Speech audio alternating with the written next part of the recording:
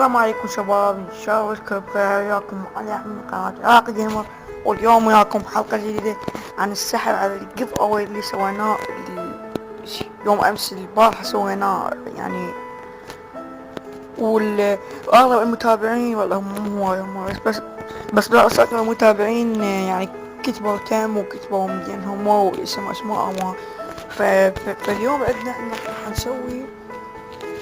راح نسوي السحب على جيف اوي. هذا برنامج السحب اسمه روليت، تكتب بس تكتب روليت وهو يطلع لك. عندنا سارة يحيى وجيمنج ثاني وعراق جيمر جي اس 2. هذا ما ادري شو اسمه جي اف اتش جي اتش اسمه ما ادري موجود. جيمنج بداية عندنا بعد من لازم نكتب. عندنا تعالوا الجيمر اوكي. عندنا بعد منها عندنا جيمات.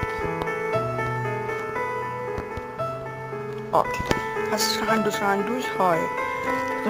فشباب طلع عنا يعني هذول هي اسمائهم. فنقول بسم الله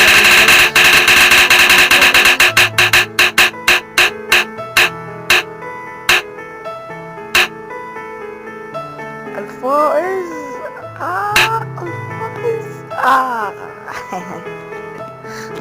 الفائز هو جيم هاك. الفائز هو احمد، حبيبي احمد.